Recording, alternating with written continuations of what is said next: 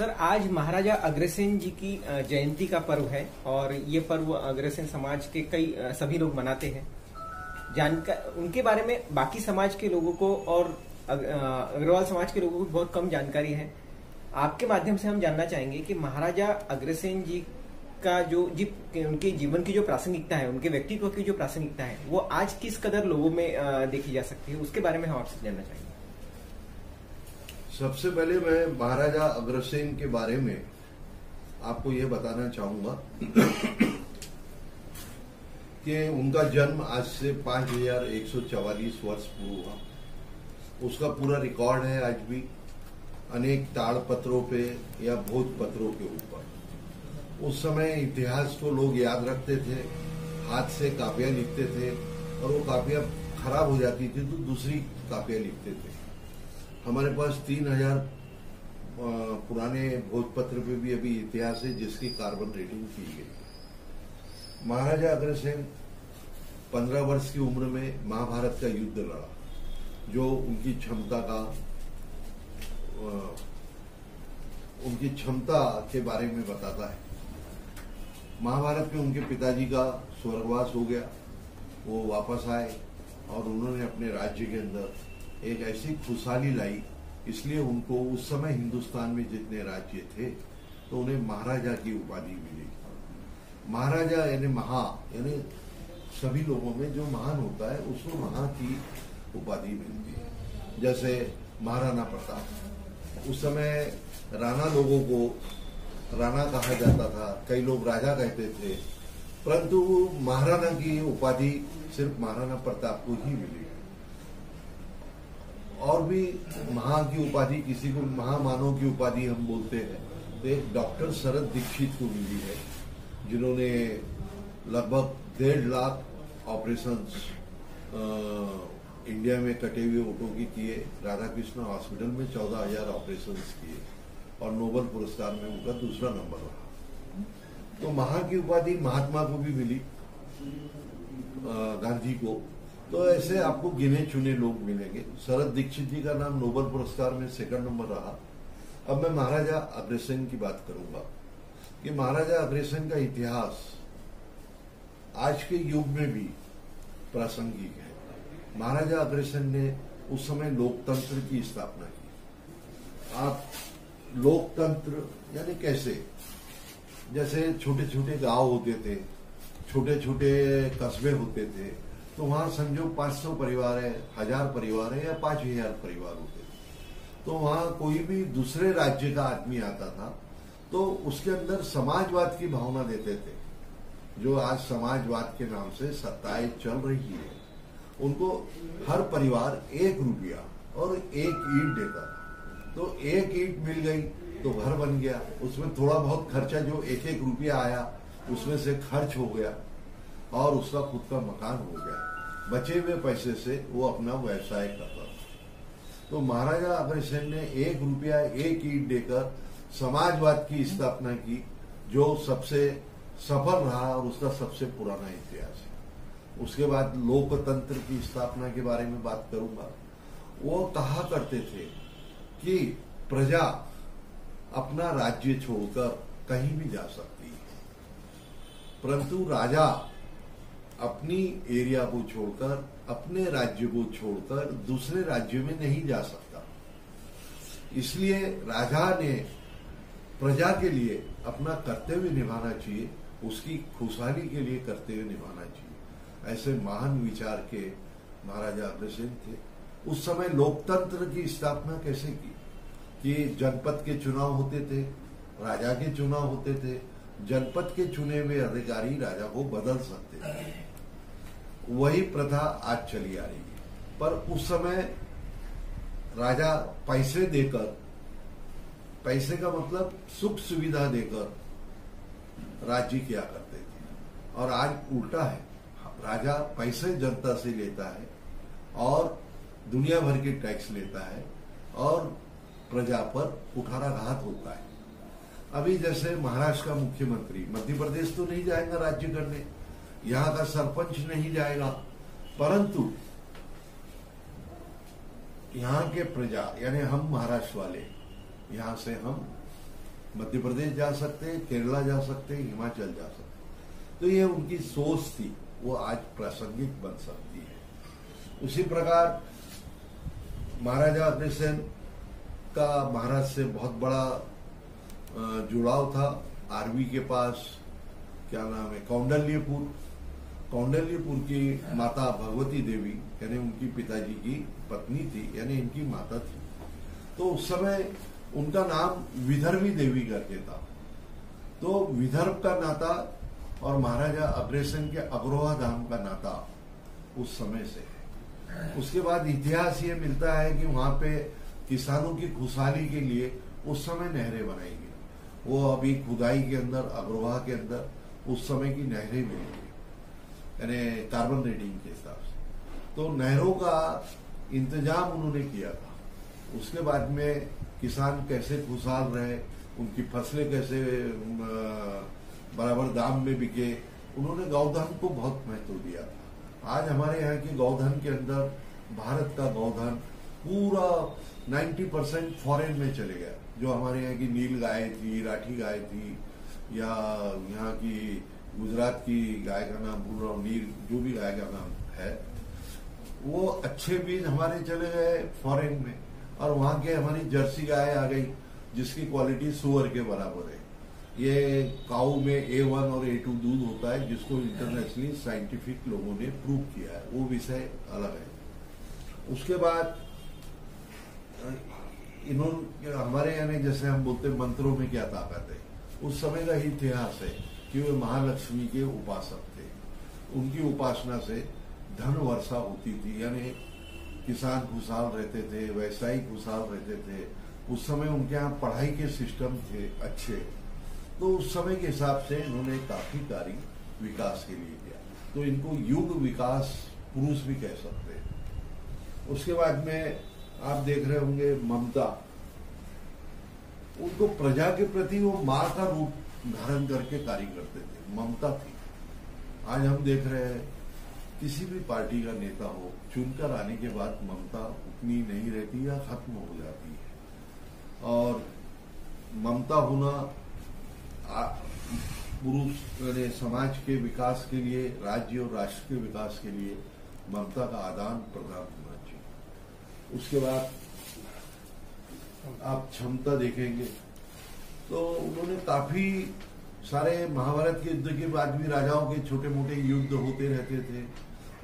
उनका जब शादी हुई तो आप आश्चर्य करेंगे, उनकी शादी आसाम के पास मणिपुर में हुई, जिसका नाम है अग्रतला।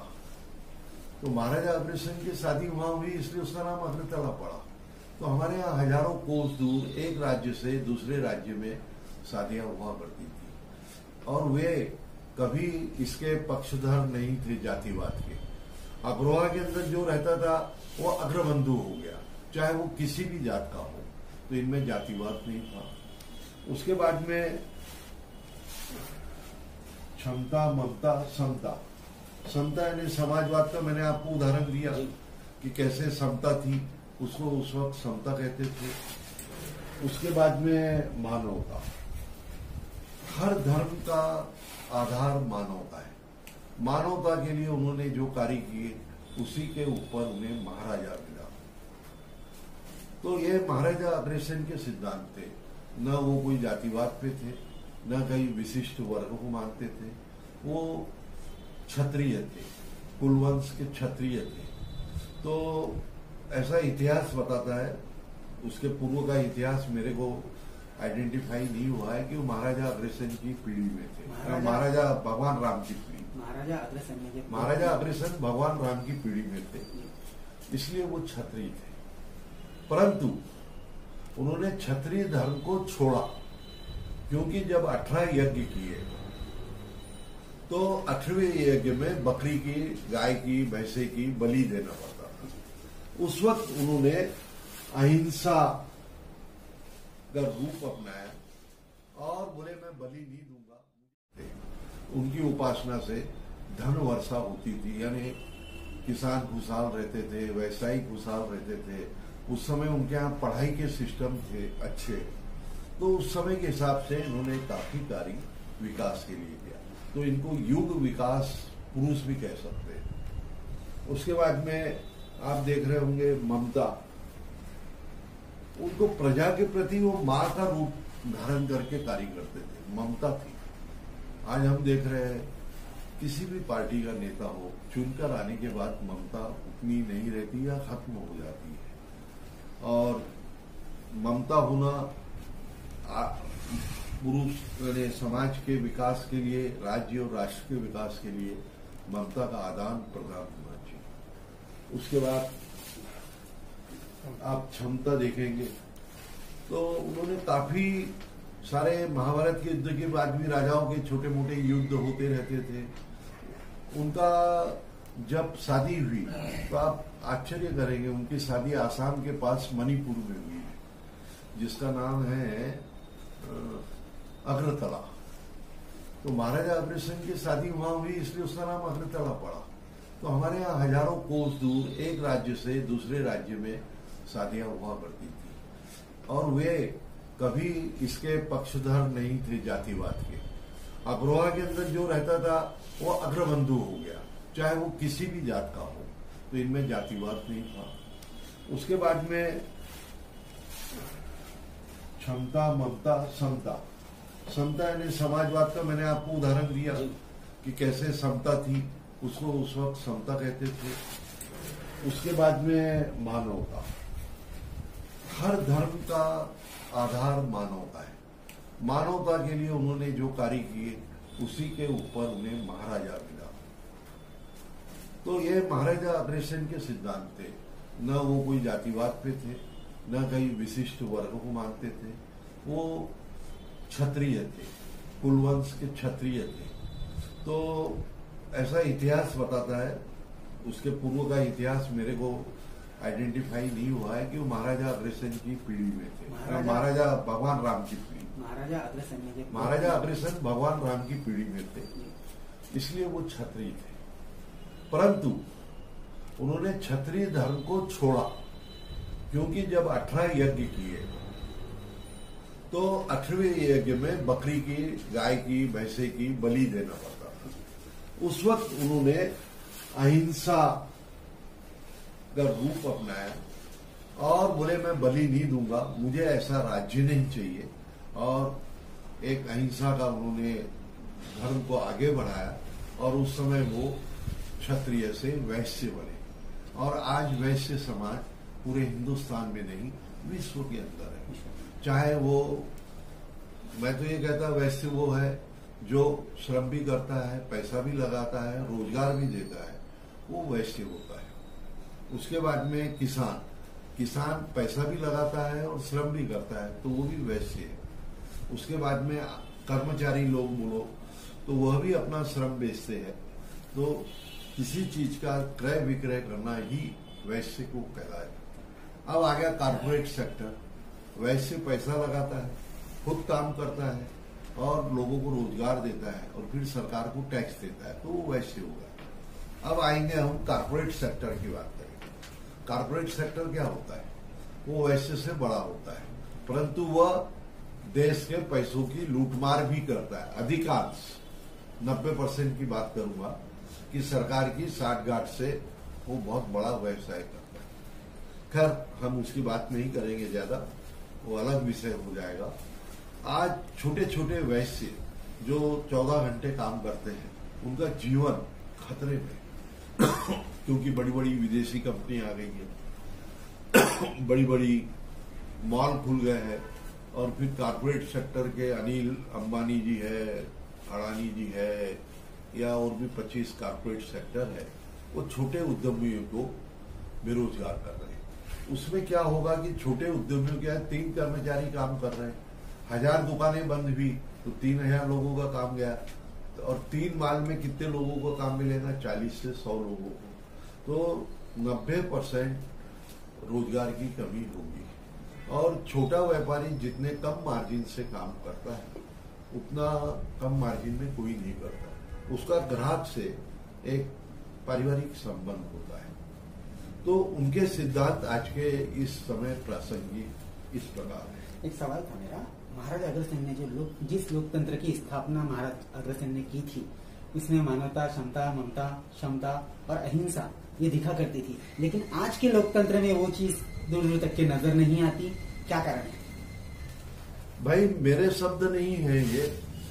लोकतंत्र में एक बार कुर्सी मिल गई और कुर्सी का पावर मिल गया तो वो देखते हैं 500 में मैं कितना बटोर लूं, फिर उसी के पैसे से फिर छीन के आऊंगा। हम देखते हैं लोकतंत्र में जातिवाद के नाम पर नोट बट्टे, झोपड़पट्टी के नाम पर नोट बट्टे, दारू बट्टी है, मीडिया बिकती है। ये आप मीडिया वाले, मैं जरा स्पष्ट बोलने वाला हूँ, बहुत कम मीडिया है जो नहीं बिकती। आज हम रात दिन टीवी खोलते, 80% टीवी वही टेपिंग गाते, जनता का व्यू लेते, जो उनके फेवर में बोलता वो दिखाते, जो अनफेवर में बोलता उसको कट कर देते। तो लोकतंत्र पर यानी जनता को मूर्ख बनाकर धूर्त लोग राज्य करते हैं, इतना मेरे स्पष्ट शब्दों में मैं कह सकता हूं। अगर महाराजा अग्रसेन का लोकतंत्र आज अगर वापस आता है और अप्लाई किया जाता है आज के समय में, तो क्या परिस्थिति होगी, क्या चेंजेस होगा? मैं आपको ये बताऊं कि महाराजा अग्रसेन खुद ही मानवता के पुजारी नहीं थे, उन्होंने समाज को संस्कार दिए। आज उसी संस्कार के कारण महाराजा अग्रसेन को मानने वाले विश्व के अंदर मानवता के गुण, क्षमता के गुण, अहिंसा के गुण का फॉलोअप करते और उससे रोजगार आएगा। अभी मैं आपको बताता हूं कि उनके इसमें युद्ध भी करना एक कला थी, और कोई शत्रु उन पे वार करता है तो महाभारत के बाद भी इन्होंने कई युद्ध लड़े और हर जगह जीते। आज हमारे यहाँ स्वतंत्रता मिली तो उसमें अग्रवंश लोगों का क्या कंट्रीब्यूशन रहा, यह भी मैं बताना चाहूंगा। आपने भारतेंदु हरिश्चंद्र का नाम सुना होगा, जो हिंदी के संस्थापक थे और हमारे देश की स्वतंत्रता संग्राम में उनकी कविताएं बड़ी ओजस्वी हुआ करती थी। आपने लाला लाजपत राय का नाम सुना होगा, जिनके सर पे लाठी पड़ी थी और उनके प्राण उड़ गए थे। आपने संस्कार की बात करेंगे तो हनुमान प्रसाद जी पोद्दार, जो विश्व के अंदर जिनकी किताबें हिंदू धर्म के प्रति, संस्कार के प्रति आज चलती। उसी प्रकार आप कमल नयन जी बजाज का नाम सुने होंगे। कमल नयन जी बजाज ने स्वतंत्रता संग्राम में अपनी पूरी तिजोरियां खोल दी थी। आपने सत्यनारायण जी बजाज का नाम सुना होगा, जो हमारे वर्धा के थे। सुभाष बोस उनके यहाँ रुका करते थे, जयप्रकाश नारायण रुका करते थे। महात्मा गांधी को उन्होंने जगह दी अपनी, विनोबा भावे को दी। ये तो सब धन दिया, पर तन क्या दिया? अंडमान निकोबार में 6.5 साल जेल में रहे और वो सुभाष वादी थे, कट्टर थे, गरमपंथी दल के थे। उसके बाद में राम मनोहर लोहिया को कौन नहीं जानता, जिन्होंने समाजवाद को फिर से उत्थान किया। आपको मैं उनका एक किस्सा सुनाता हूँ राम मनोहर लोहिया जी का, कि वो बेंगलोर गए थे तो वापसी में उनके पास कुछ भी पैसा नहीं था। तो एक प्रेस में गए तो वहां से पैसे की सहयोग मांगा तो बोले मेरे मालिक तो बम्बई रहते हैं, मैं कहां से दूंगा। तो उन्होंने लेख लिखकर 5 प्रेस वालों को भेजा और उनको जितने पैसे की जरूरत थी उससे ज्यादा उनको मानधन मिला। यानी इतने फक्कड़ थे वो, नेहरू से नहीं डरते थे, प्राइम मिनिस्टर से नहीं डरते थे और स्पष्ट वक्ता थे। जब लोकसभा में बोलते थे उस समय विरोधी बहुत कम होते थे, पर इनको सुनने के लिए सब आतुर रहते थे और समाजवाद के प्रति उन्होंने कार्य किया। उनके सिद्धांतों पे दुकान चल रही है, गांधी के सिद्धांतों पे दुकानें चल रही है, ये हम सबको मालूम। उसी प्रकार मैं अग्रवंश की बात करेंगे। आज लाखों धर्मशालाएं, मंदिर भारत के अंदर लाखों, लिस्ट बनी थी 1,22,000 धर्मशाला और मंदिर अग्रबंधुओं ने बनाया। सैकड़ों हॉस्पिटल है, हजारों हॉस्पिटल है, हजारों स्कूलें हैं और ये कहीं पे अपनी जात को लेके नहीं जाते। क्यों? सब इनकी जात एक ही है, मानवता। उसके बाद में अभी हम बोलेंगे कि देश को और क्या दिया। देश को सबसे ज्यादा इनकम टैक्स अग्रबंधु देते हैं। अब बड़े कॉर्पोरेट सेक्टर को छोड़िए, 48% स्मॉल मिडिल जो है इनकम टैक्स पे वो अग्रबंधु है। उसके बाद में रोजगार की बात करेंगे। आपको मैं ये बता दूं, अग्रबंधुओं के अंदर सिंघानिया, बजाज, आपके वेदांता ग्रुप के अग्रवाल, लक्ष्मी मित्तल, ये तुम्हारे जिंदल, ऐसे गुप्ता, ऐसे अनेक लोग हैं कि जो रोजगार देते हैं, हर जगह हॉस्पिटल बनाते हैं, स्कूल बनाते हैं, धर्मशालाएं बनाते हैं। आज नागपुर के अंदर देखिए आप, कितने हॉस्पिटल्स है, कितने छात्रावास है, कितनी कॉलेजेस है। तो यह संस्कार महाराजा अग्रसेन के सिद्धांतों के कारण मिलते रहे। और अभी आप हम जातिवाद की बात करेंगे। उनके यहाँ जो उनके राज्य में रहता था वो अग्रवाल कहलाता था। तो आप भी देखेंगे अग्रवाल में भी कई किस्म के अलग अलग लोग होते हैं। आज इनमें से भी कई लोग बेचारे 10,000 के नीचे के वेतन पर काम कर रहे हैं। तो गरीबी अमीरी सब जगह है। पर इन्होंने एक चीज सिखाया कि पैसा देकर या सब्सिडी देकर उसे बिगाड़ो मत, उसे उठाओ, उसे काम सिखाओ, जिससे वो हर महीना पैसा कमा सके। तो ये महाराजा अग्रसेन का इतिहास था। और हमारी जो पेरेंट कंपनी है अग्रवा, महाराजा अग्रसेन की, जिन्होंने अग्रवा पे साइंटिफिकली खोज करी और अग्रवा का ऊपर अग्रवा डैम के अंदर खुदाई करी, और उस खुदाई के बाद काफी सामग्री मिली और उसके बाद उन्होंने बहुत काम किया। आज उनकी कम से कम अग्रवा विकास ट्रस्ट की 10 स्कूल है, 10 कॉलेजेस है और 3 मेडिकल कॉलेज है और 5-7 हॉस्पिटल्स है। और वो हर जगह अपनी अपनी शाखाएं खोल रहे हैं और अभी कुछ रिकॉर्ड ब्रेक काम भी कर रहे हैं आप लोग। मैं थोड़ा सा जानकारी दे दूंगा, क्योंकि पेरेंट कंपनी के बिना दूसरी इकाइयां आगे नहीं बढ़ती है। तो अग्रवा विकास ने अभी सबसे बड़ा एक ये बना रहा है दिल्ली के अंदर।